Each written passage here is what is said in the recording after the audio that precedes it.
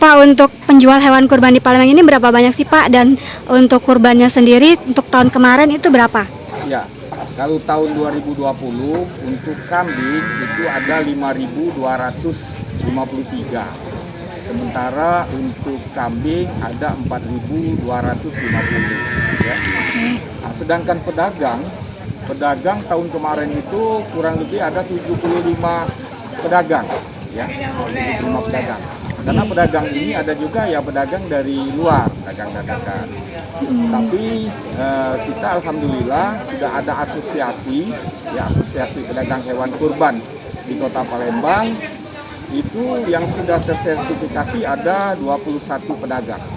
Ya, harapan kita mudah-mudahan yang 21 memegang sertifikat wali kota dan MUI, ya ini yang dapat menjaga nama baik untuk menjualkan sesuai dengan syarat baik sehat maupun syarat syar'inya.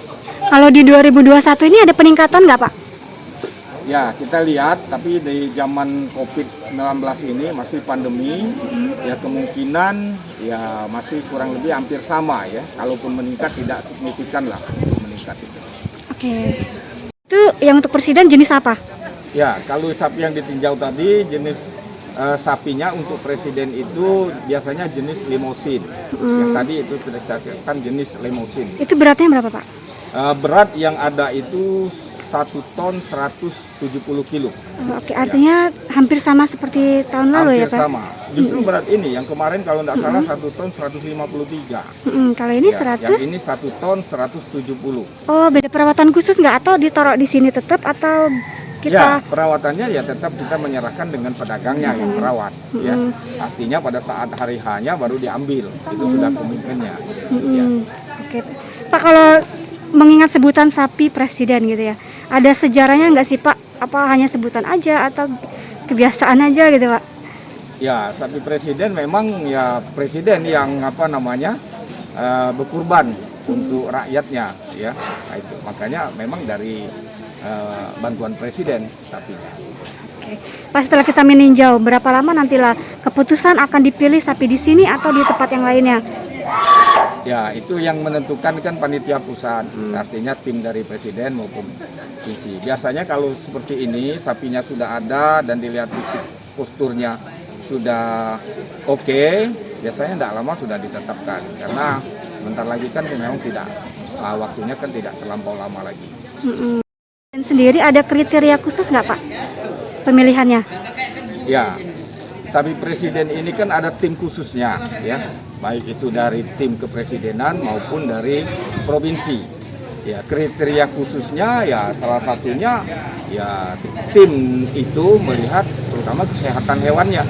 Ya, kalau kita lihat ini ya alhamdulillah sapinya sehat ya, kita lihat seperti biasa, bulunya mengkilat ya, matanya bersih jernih ya.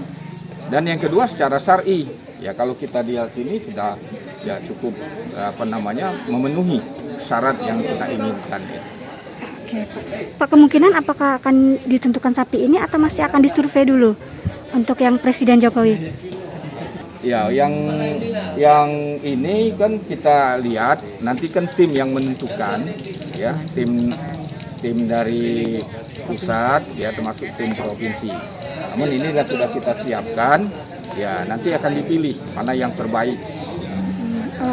Sapi presiden ini Pak?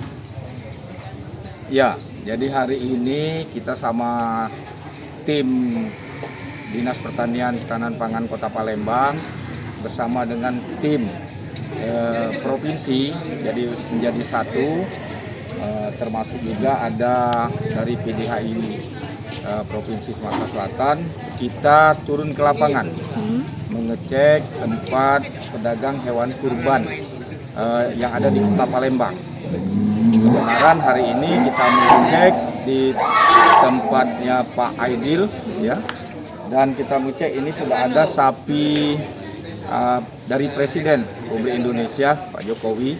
Kita lihat ini beratnya ada 1 ton 170 ya. Ini sesudah ini kita juga akan terus mengecek tempat pedagang-pedagang hewan kurban yang ada di Kota Palembang. Dengan harapan nantinya ya kita mengecek pertama masalah kesehatan hewannya, yang kedua yang terkait juga dengan syariat Islamnya.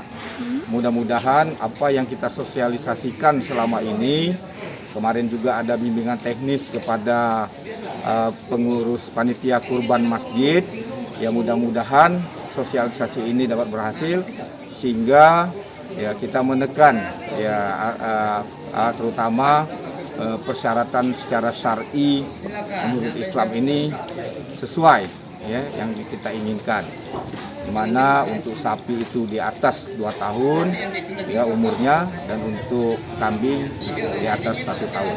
Pedagang dadakan di jalan, itu menurut Bapak gimana? Ya, pedagang itu kan walaupun dadakan tetap ada izin dari pemerintah setempat.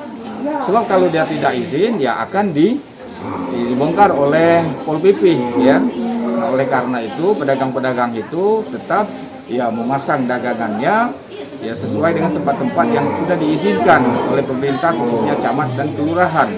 Itu wewenang mereka.